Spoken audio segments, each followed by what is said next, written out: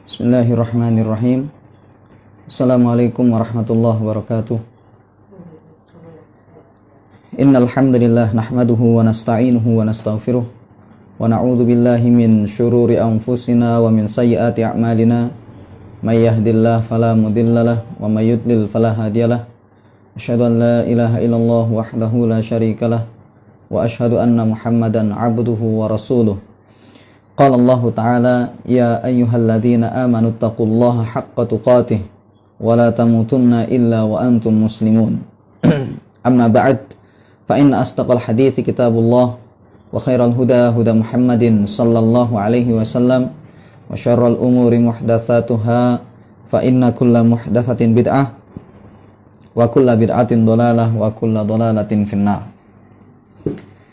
Kita lanjutkan pembahasan kita yakni kitab Al-Adab Al-Mufrad karya Al-Imam Al-Bukhari rahimahullah.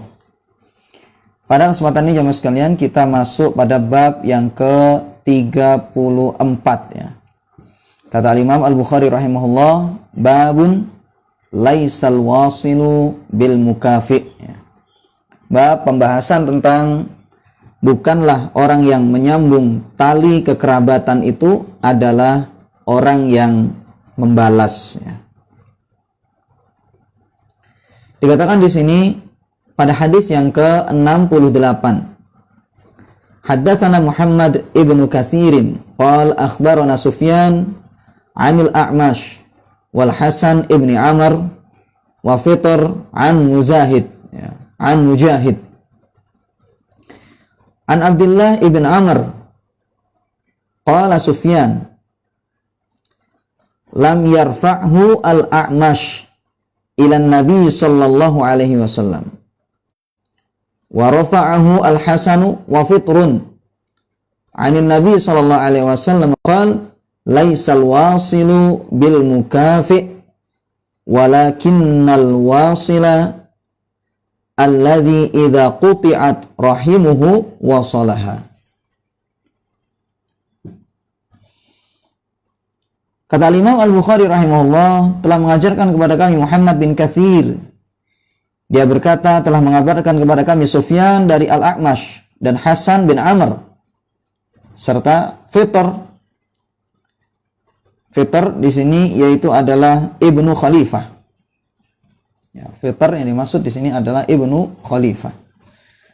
An Mujahid dari Mujahid dari Abdullah bin Amr. Qala Sufyan. Sufyan berkata, Al-A'mash tidak memarfukannya kepada Nabi sallallahu alaihi wasallam. Ya, lam yarfa'hu Al-A'mash ila Nabi sallallahu alaihi wasallam. Al-A'mash tidak memarfukannya, tidak menyandarkan hadis ini kepada Nabi sallallahu alaihi wasallam. Wa rafa'ahu Al-Hasan wa Fitrun 'an Nabi sallallahu alaihi wasallam. Sedangkan Al-Hasan dan juga Fitr ini bin Khalifah, maka keduanya memarfukan hadis ini dari Nabi sallallahu alaihi wasallam. Qala, yaitu Nabi sallallahu alaihi wasallam bersabda, laisal wasilu bil mukafi. Bukanlah orang yang menyambung tali kekerabatan itu, ya, menyambung silaturahim itu adalah orang yang membalas. Walakinnal wasilu alladzi idza quti'at rahimuhu wa salaha. Akan tetapi orang yang menyambung tali kekerabatan itu, ya, orang yang melakukan silaturahim itu adalah orang yang apabila tali kekerabatannya itu diputus, wasalnya, ya. Jadi ingat hadisnya, bukanlah orang yang menyambung tali kekerabatan atau orang yang melakukan silaturahim itu adalah orang yang membalas. Akan tetapi orang yang menyambung tali kekerabatan itu adalah orang yang apabila tali kekerabatannya itu diputus, wasolaha, maka dia kembali menyambungnya ya. Baik jemaah sekalian, hadis ini menjelaskan bahwasanya silaturahim, ya, secara zahir di sini dijelaskan bahwasanya silaturahim itu bukanlah balas-balasan, ya. Silaturahim itu bukanlah balas-balasan. Jadi kalau seandainya dia itu didatangi oleh saudaranya, dikunjungi oleh kerabatnya, dia membalas. Ketika dikasih hadiah oleh kerabatnya, oleh saudaranya, dia membalas juga. Ngasih hadiah yang sama. Dan seterusnya. Ya, ketika misalnya ada kerabatnya yang mengirimkan salam kepada dia, dia pun juga menjawab salamnya atau kembali mengirimkan salam kepadanya. Maka secara zahir dari hadis ini, itu bukanlah silaturahim. Akan tetapi silaturahim itu adalah ketika seseorang itu diputus tali kekerabatannya, namun dia berusaha untuk menyambung kembali tali kekerabatan tersebut, ya. Kembali menyambung tali kekerabatan yang diputus, maka itulah silaturahim. Maka dikatakan dalam syarahnya di sini, laisal wasilu man yatafaddalu ala sahibihi bil ma'ruf. Orang yang melakukan silaturahim itu, orang yang menyambung tali kekerabatan itu, bukanlah orang yang leluasa untuk melakukan kebaikan kepada saudaranya. Jadi kalau seandainya dia melakukan kebaikan kepada saudaranya, kepada kerabatnya, diterima dengan baik. Bukan itu yang dimaksud. Bal yu'ti man mana'ahu min ma'rufihi. Akan tetapi orang yang menyambung tali kekerabatan itu adalah orang yang memberi sesuatu kepada orang dari kerabatnya yang tidak mau untuk menerima pemberian tersebut. Jadi kalau seandainya dia ngasih hadiah kepada kerabatnya, ya, tapi ternyata ditolak, ya, karena memang kerabatnya itu tidak mau berhubungan dengan dia. Namun dia tetap berusaha untuk memberikannya kepada kerabatnya tersebut. Ketika dikunjungi misalnya, ya, dia berkunjung kepada kerabatnya itu, ternyata dia juga ditolak, tidak mau. Namun dia tetap berusaha untuk mengunjungi kerabatnya tersebut. Dan seterusnya, ya, setiap kali dia melakukan kebaikan kepada kerabatnya, dia selalu ditolak oleh kerabatnya tersebut. Maka inilah menyambung tali kekerabatan itu. Jadi bukan balas-balasan.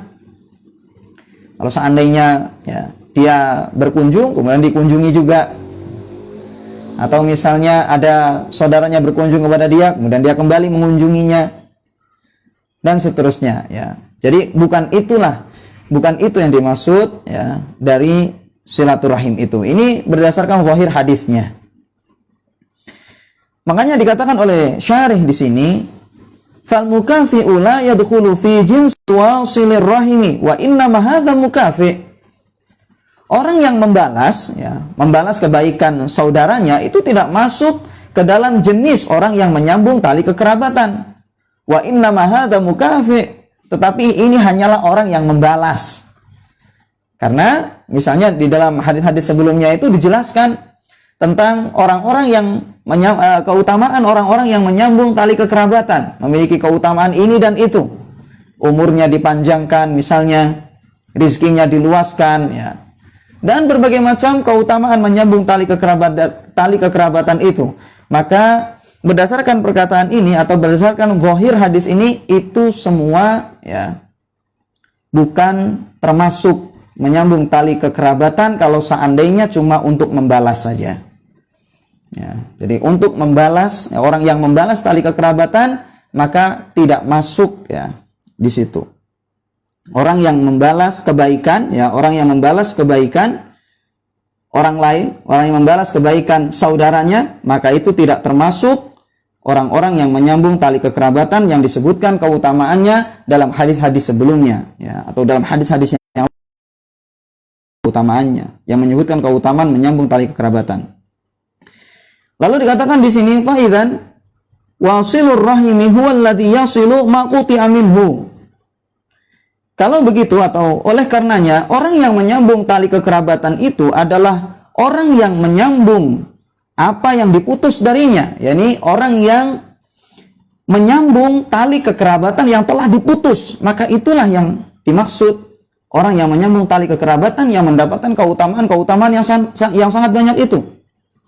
Lalladzi yukafiu 'alal wasli yusalu bihi wa innama tuqta'u rahimuhu fayasiluha huwa. Ya. Bukanlah orang yang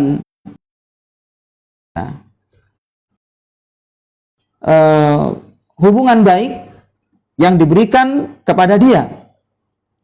Wa innama tuqta'u rahimuhu fayasiluha. Akan tetapi orang yang menyambung tali kekerabatan itu adalah orang yang tali kekerabatannya itu diputus, namun dia kembali menyambungnya. Fahadha huwa wasilur rahimi fi lisani syar'i. Maka inilah menyambung tali kekerabatan menurut syariat. Ya.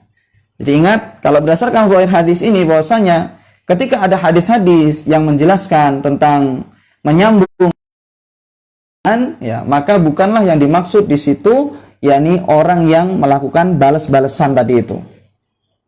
Ya, tidak termasuk di sana itu orang yang membalas kebaikan saudaranya.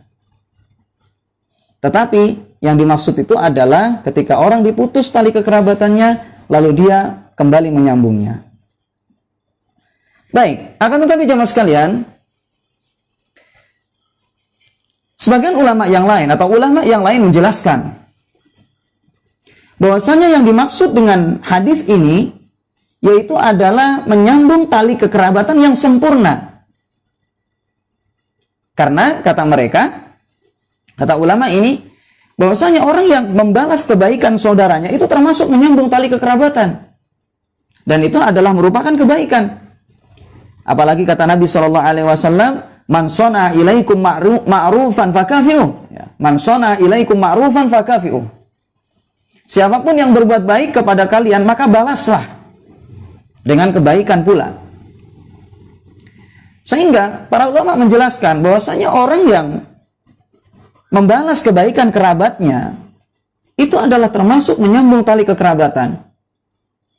Ketika dia dikunjungi, kembali mengunjungi. Ini termasuk silaturahim. Meskipun ini adalah balas-balasan. Ketika dia dikasih hadiah oleh kerabatnya, dia kembali mengasih. Maka ini termasuk tali, menyambung tali kekerabatan. Dan seterusnya. Dikunjungi, kembali mengunjungi. Ketika dikasih, dia kembali mengasih. Ketika dibantu, dia juga membantu. Maka ini termasuk menyambung tali kekerabatan. Sehingga mereka menjelaskan, ya, ulama ini menjelaskan bahwasanya yang dimaksud di dalam hadis ini adalah menyambung tali kekerabatan yang sempurna. Kalau masalah balas-balasan ya mas kalian, maka semua orang itu bisa. Semua orang itu mudah bagi dia untuk membalas kebaikan orang lain. Karena ketika dia misalnya ketika sudah dibaikin sama kerabatnya, hati itu selalu mudah sekali untuk membalasnya. Untuk berusaha kembali melakukan kebaikan kepada orang yang melakukan kebaikan kepada dirinya. Tetapi ketika seseorang misalnya diputus tali kekerabatannya, tetapi dia berusaha berbuat baik kepada orang yang memutus tali kekerabatan tersebut, maka di sini terdapat perjuangan.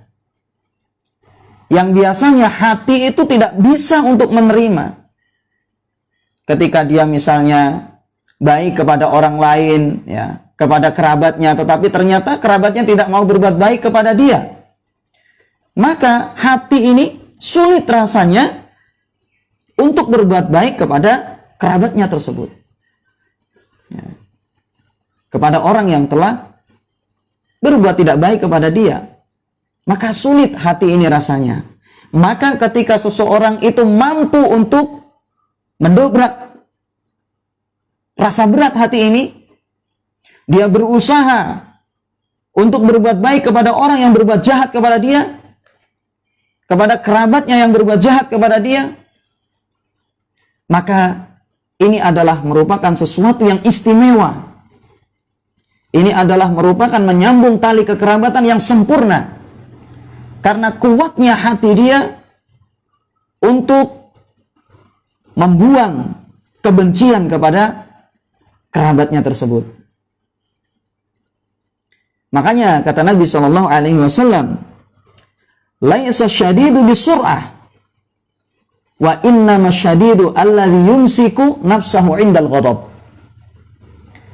Kata Nabi SAW, bukanlah Orang yang kuat itu adalah orang yang pandai bergulat. Tetapi orang yang kuat itu adalah orang yang mampu menahan jiwanya, mampu menahan amarahnya ketika dia emosi. Sebenarnya dia emosi, akan tetapi dia berusaha untuk menahan. Maka sama seperti kasus ini. Orang yang diputus tali kekerabatannya tadi itu, berat hatinya untuk berbuat baik kepada kerabatnya yang telah memutus hubungan baik dengan dia. Terasa sulit, terasa berat. Tetapi dia berusaha untuk kembali menyambung tali kekerabatan tersebut. Maka inilah yang sangat luar biasa. Dan inilah menyambung tali kekerabatan yang sempurna. Ya. Ini juga disebutkan oleh Al-Hafidz Ibnu Hajar rahimahullah ya, dalam kitab Fathul Barinya, ya, dan beliau menyampaikan ya, perkataan guru beliau. Ya. Menyebutkan perkataan salah satu guru beliau dalam masalah ini. Nah, ini. Jadi jemaah sekalian, atau bahwasanya maksud dari hadis ini adalah menyambung tali kekerabatan yang sempurna itu adalah ketika seseorang tali kekerabatannya diputus, tetapi dia berusaha untuk kembali menyambungnya. Maka inilah menyambung tali kekerabatan yang sempurna, yang istimewa. Ya. Pun demikian, kalau seandainya ada orang berbuat baik kepada dia, kemudian dia kembali membalasnya, itu juga baik, dan itu juga termasuk silaturahim. Akan tetapi ini tidak sebanding dengan orang yang diputus tali kekerabatannya, namun dia berusaha untuk menyambungnya. Ya. Karena dia berusaha untuk melawan hatinya, ya. Melawan hawa nafsunya.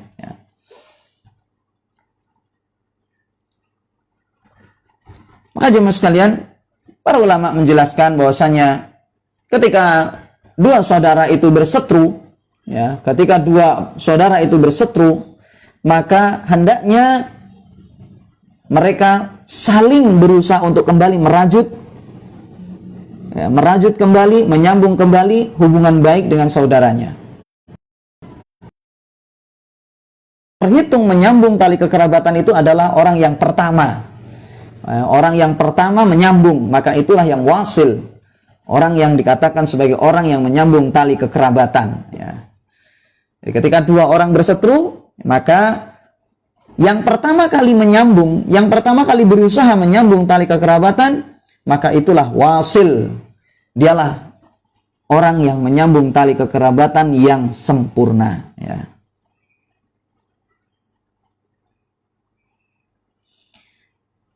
Baik, faedah dari hadis ini jemaah sekalian. Dikatakan di sini alal muslimi ayyabda'a fi silati arhamihi wa yastamirra ala dzalika. Walau lam yuqabilu sani'ahu bil ihsani wal wasli. Wajib bagi seorang muslim untuk memulai menyambung tali kekerabatan wa yastamirru ala dzalika, dan dia terus-menerus di atas hal itu. Ini terus-menerus berusaha untuk menyambung tali kekerabatannya. Walau lam yuqabilu sani'ahu bil ihsani wal wasli. Meskipun ya kerabat-kerabatnya itu mereka tidak mau untuk membalas kebaikan dia. Tidak mau membalas kebaikan dia. Meskipun mereka tidak mau, ya, hendaknya dia terus berusaha untuk menyambung tali kekerabatan tersebut, ya. Dan dia jangan peduli dengan perbuatan buruk saudaranya tersebut. Namun dikatakan di sini jemaah sekalian, wa yajibu an yakuna dzalika kadzalika ala qaidatil ikhlasi, ya, ala qaidatil ikhlasi lillahi rabbil alamin. Tetapi wajib ya bagi seseorang ketika melakukan yang demikian itu tetap untuk menjaga keikhlasan karena Allah Subhanahu wa taala. Ya, jadi jangan sampai sia-sia ya usaha dia itu untuk kembali menyambung tali kekerabatan tadi. Karena sebagaimana yang telah kita tahu bahwasanya amalan yang diterima oleh Allah Subhanahu wa taala itu adalah amalan yang ikhlas, yang hanya diserahkan untuk Allah Subhanahu wa taala. Jangan sampai seseorang itu berusaha untuk menyambung tali kekerabatan tetapi tidak diiringi, tidak disertai dengan keikhlasan. Tapi misalnya karena nggak enak saja ya sama tetangga, karena dorongan-dorongan yang lain selain Allah Subhanahu wa taala. Karena kalau seandainya tidak disertai dengan keikhlasan, tidak dilakukan karena Allah Subhanahu wa taala, namun karena riya misalnya, namun karena nggak enak sama tetangganya dan lain sebagainya, maka sia-sia. Perjuangan dia itu tidak diterima oleh Allah Subhanahu wa taala. Jadi hendaknya seseorang ketika melakukan perjuangan seperti ini, ketika tali kekerabatannya diputus, dia berusaha untuk kembali menyambungnya, hendaknya dia ikhlas karena Allah Subhanahu wa taala, agar perjuangan dia itu bernilai kebaikan di sisi Allah dan juga bernilai pahala di sisi Allah Subhanahu wa taala, dan perbuatannya itu pun diterima oleh Allah Subhanahu wa taala. Memang yang demikian ini berat ya, tetapi seseorang hendaknya berusaha ya.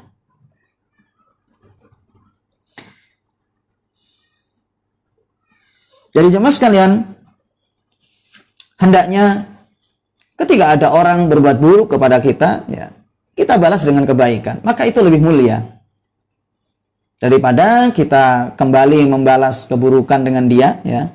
Kembali membalas keburukan dia misalnya, maka hendaknya keburukan orang kita balas dengan kebaikan ya. Maka itu tentu lebih mulia. Apalagi ya yang berbuat buruk itu adalah kerabat kita sendiri misalnya ya, maka ketika mereka berbuat jahat kepada kita ya, kita membalas keburukan mereka itu dengan kebaikan, maka ini yang sangat luar biasa. Dan ini jemaah sekalian menunjukkan betapa sempurnanya Islam ya dalam menjaga hubungan baik antara manusia yang satu dengan yang lain. Bagaimana Islam di situ menjaga ukhuwah Islamiyah ini, mengajarkan agar Islam ini kuat, agar Islam ini jaya, agar kalimat Allah ini selalu tinggi di atas muka bumi ini.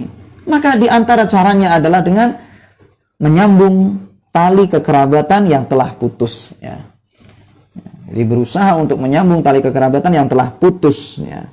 Sehingga dengan demikianlah manusia akan stabil hidup mereka satu sama lain ya. Dan juga Islam akan semakin kuat tentunya ya, dan Islam akan semakin jaya, dan tentunya kalimat Allah itu akan tinggi di atas muka bumi ini ya.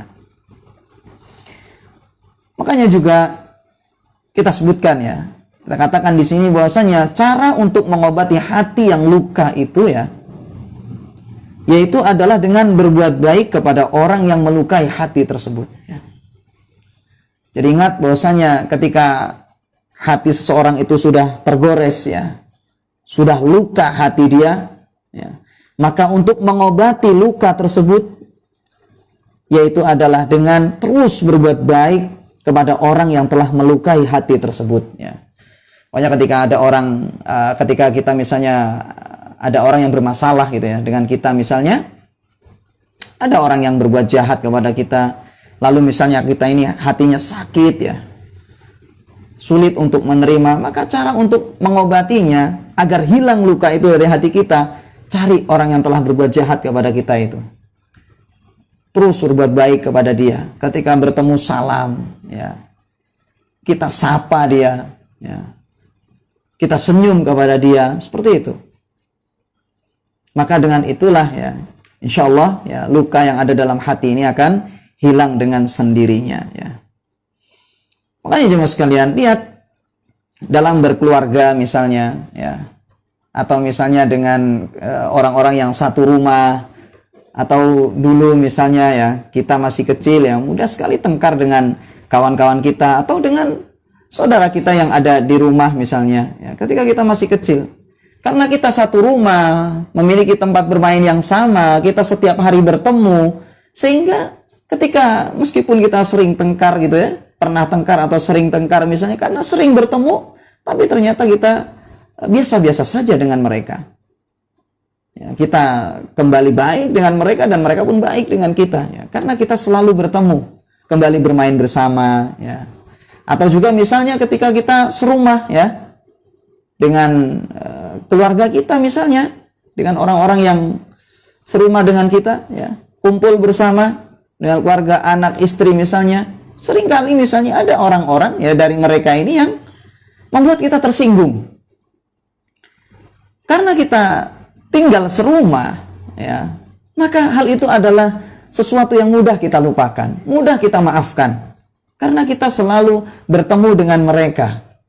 Kembali mengucapkan salam ketika masuk rumah misalnya, kita makan bersama, ya. Saling membantu dalam hal-hal rumah tangga misalnya, ya, di dalam rumah kita itu. Nah, maka cara untuk mengobati ya hati yang luka disebabkan ada orang yang berbuat salah kepada kita, ya, berbuat jahat kepada kita, maka cara mengobatinya adalah dengan berbuat baik kepada orang yang melukai hati kita tersebut, ya. Semakin dia jahat, semakin kita baikin. Maka ini sangat luar biasa.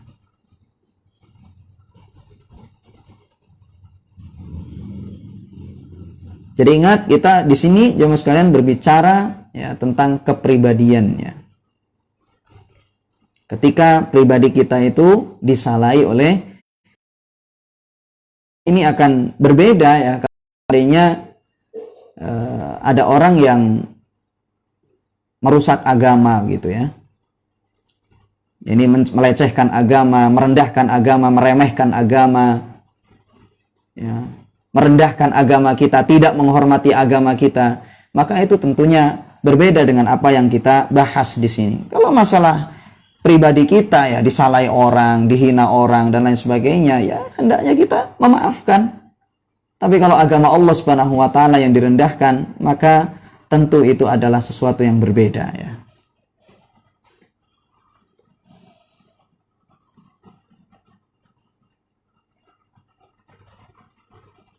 Baik. Dikatakan di sini juga ya oleh syarah falayan bagi lil muslimi an yaqta'al khaira bisababil isaati ilaihi au adamil audati ilaihi bimisli ma qaddama minal khair. Tidak seyogyanya bagi seorang muslim untuk memutus kebaikan disebabkan kejahatan yang dilakukan oleh orang lain kepada dia, atau disebabkan ya orang tidak mau membalas kebaikan dia, ya. Jangan gara-gara hal ini sehingga seorang muslim itu memutus kebaikan dengan orang lain. Bal yanbaghi an yaf'alal khaira ibtigha'a wajhillahi ta'ala la yantaziru alaihi min ahadin jazaan wala syukura. Bahkan hendaknya seorang muslim itu mengerjakan kebaikan karena mengharapkan wajah Allah. Tidak perlu menunggu seseorang itu ya membalas kebaikan dia, dan tidak perlu menunggu orang mengucapkan terima kasih kepada dia. Jadi dia berbuat baik kepada siapa saja. Entah orang yang berbuat baik kepada dia, atau bahkan orang yang berbuat jahat kepada dia, atau kepada semua orang yang tidak dia kenal misalnya. Terus dia terus berbuat baik seperti itu. Jangan sampai berbuat baik kepada orang lain itu cuma karena membalas. Ya. Jangan sampai berbuat kepada orang lain itu cuma karena mengharapkan ucapan terima kasih. Tetapi hendaknya dia berbuat baik kepada siapapun. Tidak peduli apakah orang akan membalas kebaikan dia, orang mau berterima kasih atau tidak kepada dia, hendaknya dia terus berbuat kebaikan saja. Ya, tidak usah dia peduli dengan itu semua. Dia kerjakan karena Allah Subhanahu wa taala. Wa hadza huwal mukhlisu haqqan, ya. Dan inilah orang yang ikhlas dengan keikhlasan yang sesungguhnya, ya. Jadi inilah orang yang ikhlas dengan keikhlasan yang sesungguhnya. Berbuat baik kepada siapa saja, ya, bukan karena membalas kebaikan orang lain, dan bukan karena mengharapkan terima kasih dari orang lain, ya.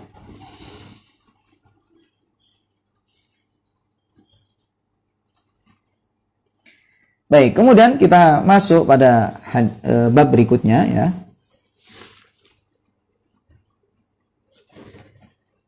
Bab yang ke-35. Babun fadlu man yasilu dzarrahimil zalimu. Ya, babun fadlu man yasilu dzarrahimi adz-zalimi, ya,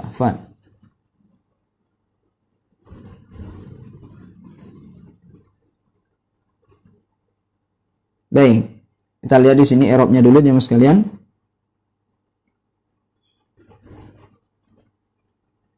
Ya, babun fadlu man yasilu dzarrahimi adh-dhalima, ya, itu yang betul. Fadlu man yasilu dzarrahimi adh-dhalima. Bab pembahasan tentang keutamaan orang yang menyambung tali kekerabatan, ya, kepada kerabat yang zalim. Ya. Bab pembahasan tentang menyambung orang yang menyambung atau keutamaan orang yang menyambung tali kekerabatan dengan kerabat yang zalim. Pada hadis yang ke-69 dikatakan di sini, haddatsana Malik ibnu Ismail qala haddatsana Isa ibnu Abdurrahman an Talhah an Abdurrahman ibn Ausajah anil Bara qala jaa a'rabiyyun faqala ya nabi allimni amalan yudkhiluni al-jannata. Kata Imam Al-Bukhari rahimahullah telah mengajarkan kepada kami Malik bin Ismail. Dia berkata telah mengajarkan kepada kami Isa bin Abdurrahman dari Talhah, dari Abdurrahman bin Ausajah, dari Al-Bara. Dia berkata,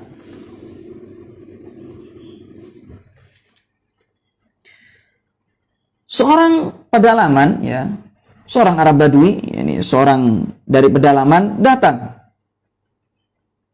Faqala, lalu dia berkata, ya Nabi Allah, wahai Nabi Allah, alimni amalan yudkhiluni al-jannata, ajarkan kepadaku suatu amalan yang memasukkan aku ke dalam surga. Jadi ada seorang Arab Badui, ya, datang kepada Nabi Shallallahu Alaihi Wasallam. Lalu dia mengatakan, ya Nabi Allah, yani, wahai Nabi, ajarkan kepadaku suatu amalan yang dapat memasukkan aku ke dalam surga. Qala, maka Nabi Shallallahu Alaihi Wasallam bersabda, la in kunta aqsarta al khutbata laqad a'radta al mas'alata a'tiqin nasamata wa fukkar raqabata. Kata Nabi Shallallahu Alaihi Wasallam, kalau seandainya engkau memendekkan khutbah, maka sungguh engkau telah menjadikan pembahasannya itu luas maknanya. Atiqin nasamata, merdekakanlah an-nasamah. Ini di sini budak, ya. Wa fukkar raqabata, dan bebaskanlah seseorang dari perbudakan. Jadi ingat di sini Nabi Shallallahu Alaihi Wasallam mengatakan, ya, kalau seandainya engkau memendekkan khutbah, ya, ini khutbahmu itu tidak terlalu panjang. Kalau seandainya berkhutbah itu pendek, ringkas, tidak panjang, maka engkau akan menjadikan pembahasannya itu luas maknanya. A'tiqin nasamata, merdekakanlah budak. Wa fukkar raqabata, dan bebaskanlah seorang dari perbudakan. Maka seorang Arab Badui ini pun mengatakan, awalaisa wahidan, bukankah dua-duanya itu sama saja? Jadi dia bertanya kepada Nabi Shallallahu Alaihi Wasallam, bukan takun nasama dan fakkur raqabah itu sama saja? Ini memerdekakan budak atau membebaskan seorang dari perbudakan itu bukankah sama saja? Ya, dua-duanya ini sama. Maka Nabi Shallallahu Alaihi Wasallam mengatakan, la, tidak, itu enggak sama. Ya, itu ternyata beda antara takun nasamah dengan fakur raqabah. Itu ternyata berbeda, kata Nabi Shallallahu Alaihi Wasallam. Aitkun nasamati antu'tiqa an-nasamata, wa fakur raqabati antu'ina 'ala raqabah. Memerdekakan budak itu adalah engkau memerdekakan budak. Ya, jadi itqun nasama itu adalah engkau memerdekakan budak. Kau punya budak, kemudian kau merdekakan. Wa fakur raqabati antu'ina 'ala raqabah. Sedangkan fakur raqabah ini membebaskan seorang dari perbudakan, ya. Fakur raqabah, yaitu maksudnya adalah engkau membantu seorang budak untuk melepaskan diri dari perbudakan. Ya, jadi berbeda di situ antara memerdekakan budak langsung dengan membantu budak yang ingin merdeka. Ya. Jadi dia ada budak misalnya ingin merdeka, dia membantu untuk memerdekakan budak tersebut ya, agar dia bisa merdeka. Wal manihatu ar-rahubu, dan juga al-manihatu ar-rahub. Ya, al-manihatu ar-rahub. Maniha di sini jangan sekalian ya, maniha pinjamkan onta atau kambing kepada orang lain, agar kambing atau onta ini dimanfaatkan. Jadi meminjamkan onta yang susunya itu melimpah, atau meminjamkan kepada orang lain kambing, ya, meminjamkan kambing kepada orang lain yang susunya melimpah atau yang bulunya itu lebat, agar supaya orang tersebut memanfaatkannya, ya, diambil susunya misalnya ya setiap harinya, atau misalnya bulunya kambing tadi itu dimanfaatkan ya, karena di zaman dulu itu ya sangat dibutuhkan yang namanya bulu kambing itu, dijual ya, dan lain sebagainya. Lalu kemudian selesai dikembalikan ya, maka inilah manihatur raghub ya, ini maniha, al manihatur raghub. Ini meminjamkan onta atau kambing ya yang banyak manfaatnya ya, kemudian nanti dikembalikan lagi. Wal fai'u ala dzirrahimi, dan berbuat baik kepada karib kerabat ya, orang yang memiliki hubungan tali persaudaraan ya, berbuat baik kepada dia.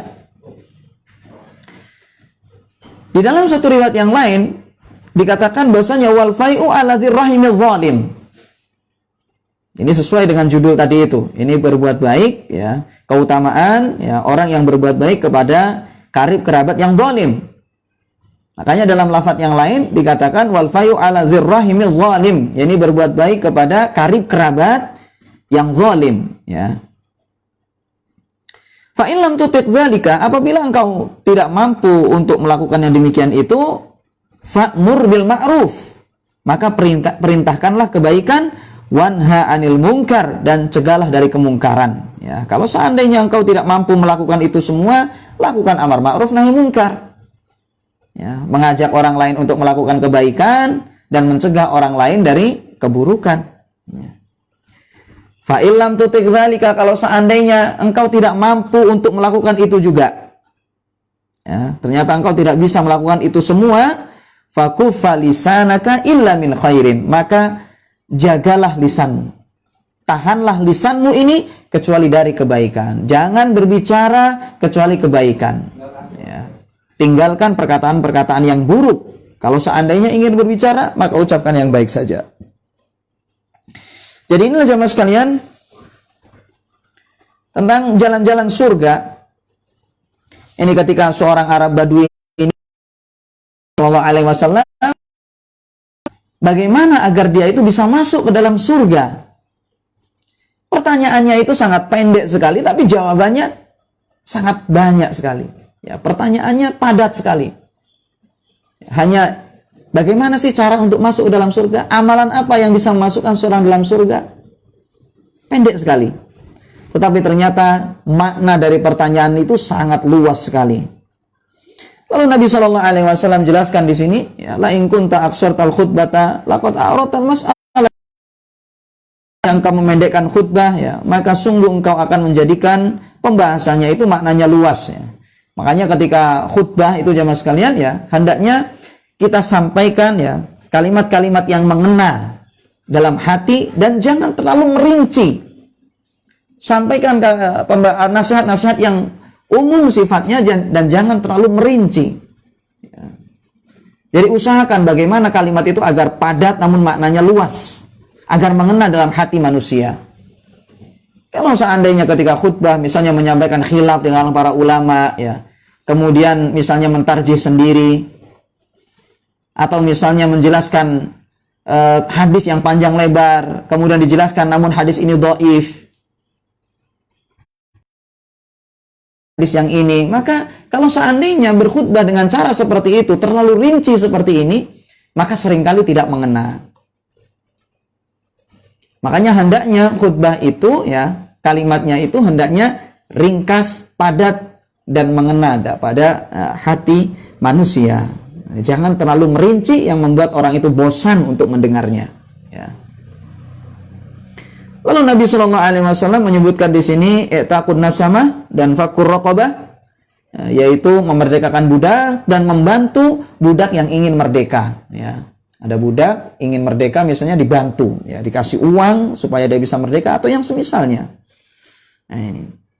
Sehingga disebutkan tadi itu, ya, jalan-jalan surga, ya, jalan-jalan menuju surga agar seorang itu bisa masuk ke dalam surga, yaitu diantaranya adalah memerdekakan budak, ya, dan itu keutamaannya sangat luar biasa sekali, ya, bisa menjadi tameng nanti dari api neraka, ya.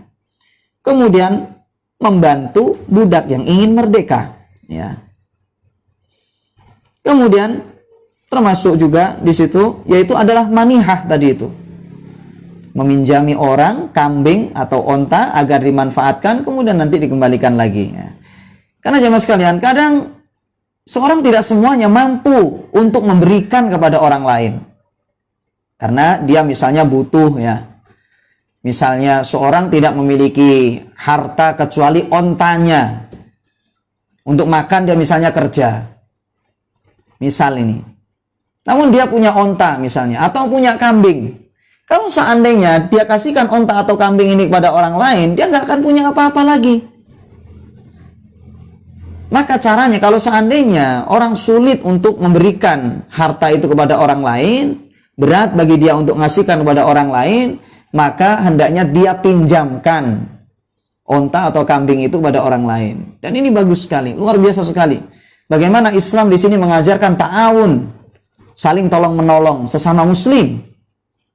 Ketika ada saudara kita misalnya, dia sulit ekonominya, ya, sulit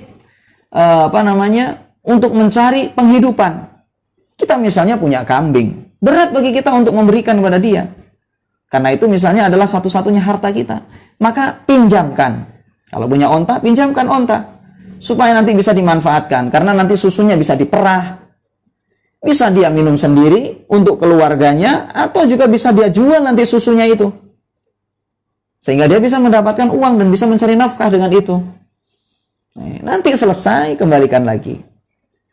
Banyak, misal kita punya 10 ekor kambing. Ya, misal ini. Kalau seandainya dikasihkan, berat bagi kita misalnya. Harta kita hanya itu saja misalnya. 10 ekor kambing. Maka kalau seandainya memang kambingnya itu bisa diperah susunya, melimpah susunya, misalnya 10 ekor kambing ini pinjamkan kepada saudara kita yang membutuhkan. Ini namanya manihah. Agar supaya dia memanfaatkan susunya. Diperah susunya, ya.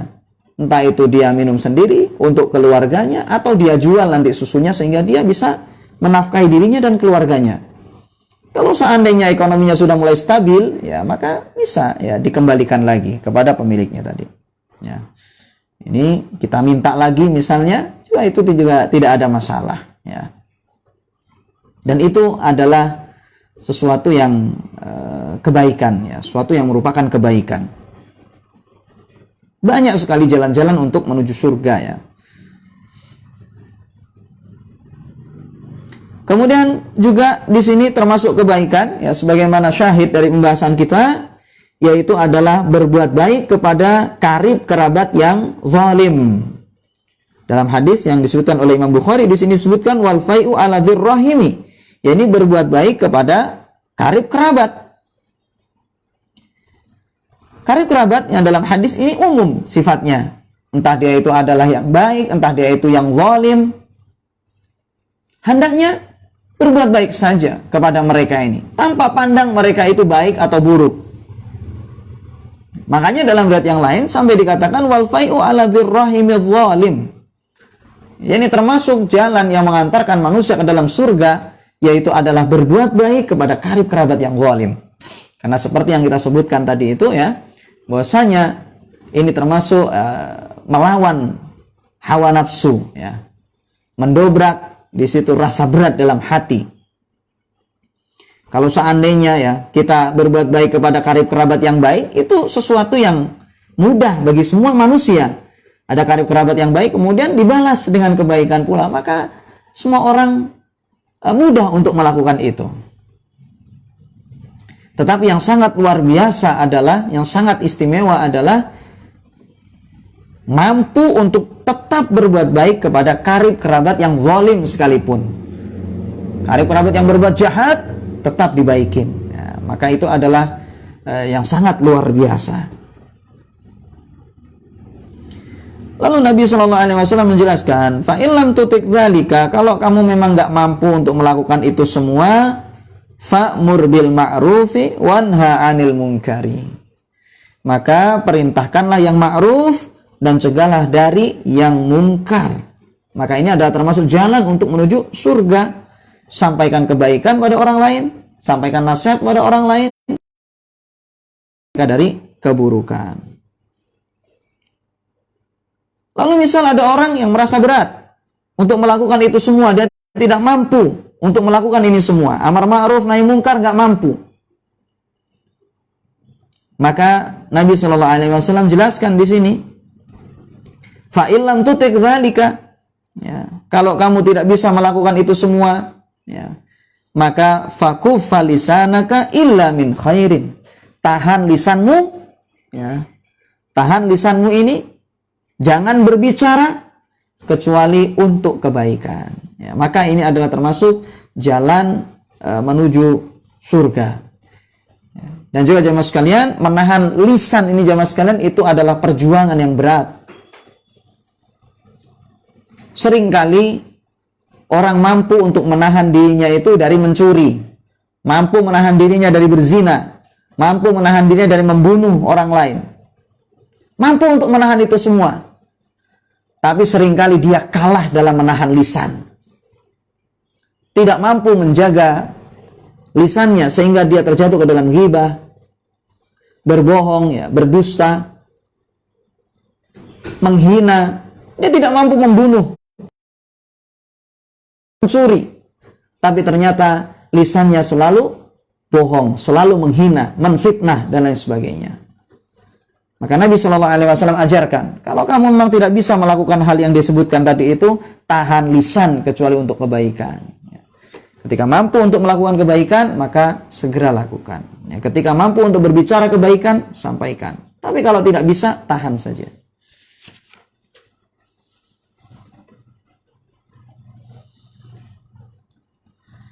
Baik, dalam hadis tadi jemaah sekalian, Nabi SAW menjelaskan tentang jalan-jalan menuju surga atau amalan-amalan yang mengantarkan, memasukkan manusia ke dalam surga, yaitu adalah amalan yang berkaitan dengan harta. Jadi ingat, yang disebutkan oleh Nabi SAW di awal-awal tadi itu, yaitu adalah hal-hal yang berkaitan atau amalan-amalan yang berkaitan dengan harta. Seperti misalnya memerdekakan budak. Orang misalnya punya budak, kemudian dia merdekakan. Berat, budak itu mahal. Berkaitan dengan harta. Kemudian membantu budak yang ingin merdeka. Ada budak yang ingin merdeka, dikasih uang, ya, supaya bisa menebus dirinya misalnya. Maka ini juga berkaitan dengan harta. Berat bagi manusia.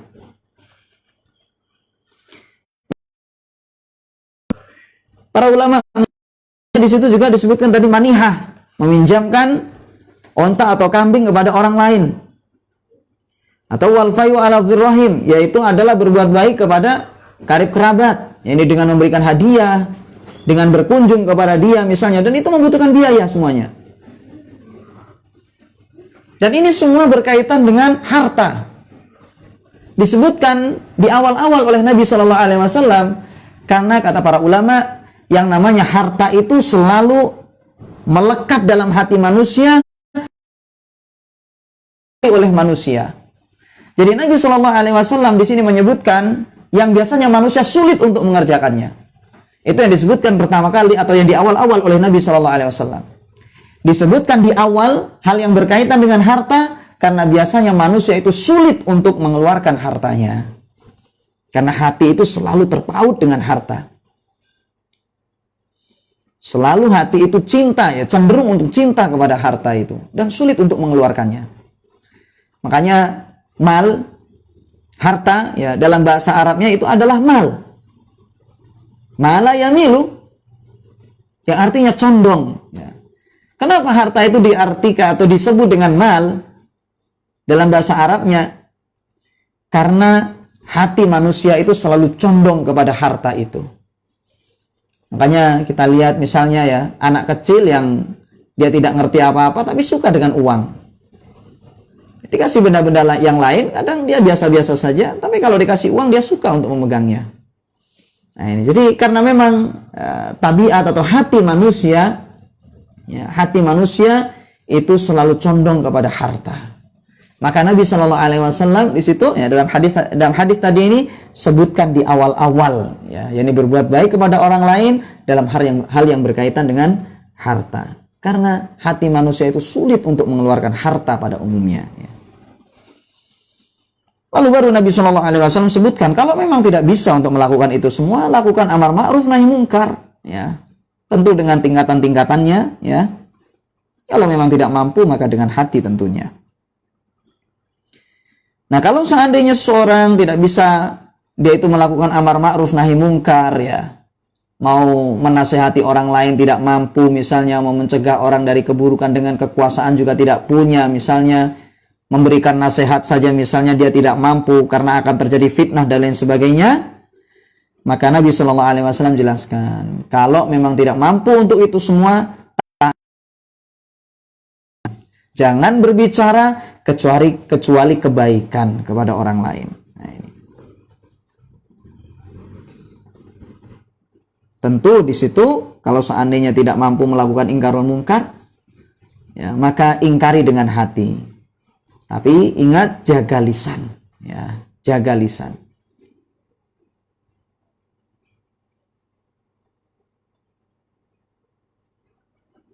Ya. Kemudian jemaah sekalian,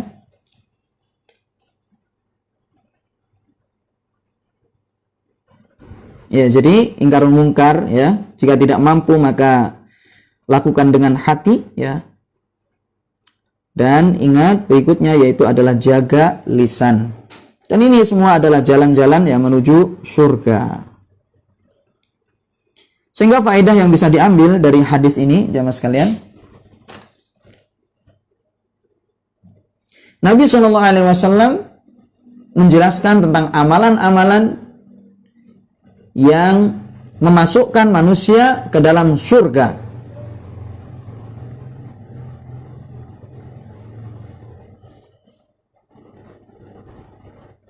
Yaitu dengan cara berbuat baik kepada orang lain dengan cara-cara yang telah disebutkan tadi itu.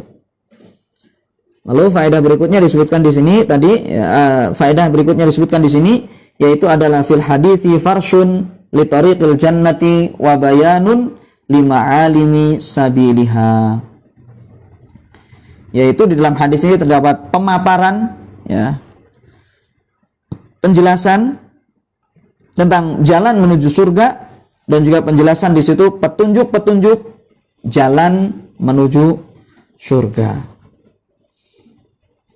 Dan Nabi Shallallahu Alaihi Wasallam menyebutkan itu semua karena pertanyaan seorang Arab Badui tadi itu yang ringkas namun maknanya itu sangat luas sekali. Ya, yaitu ketika bertanya tentang amalan apa yang bisa memasukkan ke dalam surga. Ya. Baik jemaah sekalian. Kiranya itu yang bisa kita sampaikan pada kesempatan ini, ya. Insyaallah akan kita sebutkan pada pembahasan berikutnya, ini bab yang ke-36 dan juga hadis yang ke-70, ini tentang Hakim bin Hizam, ya, tentang Hakim bin Hizam. Yang mana beliau itu adalah seorang yang di masa jahiliyah dia adalah orang yang selalu menyambung tali kekerabatan. Kemudian dia adalah orang yang selalu bersedekah ya, dan juga memerdekakan budak. Bahkan Hakim bin Hizam ini ya, dahulu beliau itu di masa jahiliyah ya, di masa jahiliyah maka beliau memerdekakan budak ya sampai 100 budak. Ya, 100 budak beliau merdekakan. Tentunya yang namanya budak itu mahal-mahal. Kemudian beliau juga bersedekah ya, atau mensedekahkan 100 ekor onta. Ya, Hakim bin Hizam ya, mensedekahkan 100 ekor onta. Ini di masa jahiliyah. Makanya dia bertanya kepada Nabi Shallallahu Alaihi Wasallam ya, Hakim bin Hizam ini, beliau bertanya, kiranya apakah amalan-amalan dulu itu berpahala di sisi Allah Subhanahu Wa Taala? Karena dia lakukan pada saat itu masih belum masuk Islam. Ya, Hakim bin Hizam pada saat itu belum masuk Islam, di masa jahiliyah. Namun beliau sudah melakukan kebaikan itu semua. Maka Nabi Shallallahu Alaihi Wasallam jelaskan ya, yaitu ketika beliau masuk Islam, ketika beliau itu masuk Islam, kata Nabi Shallallahu Alaihi Wasallam, aslamta ala ma salafa min khairin. Ya, engkau telah menyelamatkan apa yang telah kebaikan yang telah engkau kerjakan dahulu ya. Engkau telah menyelamatkan kebaikan yang telah engkau kerjakan dahulu. Nah, jadi Hakim bin Hizam disitu bertanya, apakah itu berpahala di sisi Allah yang saya lakukan jahiliyah ya. Maka Nabi Shallallahu Alaihi Wasallam jelaskan kepada Hakim pada saat itu, karena beliau telah masuk Islam ya, aslamta ala ma salafa min khairin. Kamu telah menyelamatkan kebaikan-kebaikanmu itu semua ya, yang telah engkau kerjakan.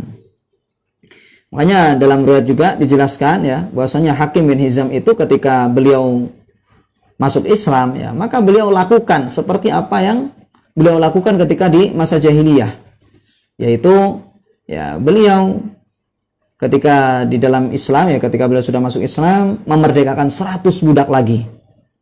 Ya, beliau memerdekakan 100 budak lagi, dan juga beliau berinfak atau bersedekah dengan 100 ekor onta lagi. Ya, ketika di masa Islam, ketika beliau sudah masuk Islam. Dan beliau juga termasuk orang yang memiliki umur yang panjang ya mas kalian. Ya, Hakim bin Hizam ini, yakni beliau di masa jahiliyah saja sudah 60 tahun. Kemudian di Islam ya, beliau 60 tahun juga ya. Jadi 60 tahun hidup di masa jahiliyah, kemudian 60 tahun di masa Islam ya, ketika Islam sudah mulai tersebar.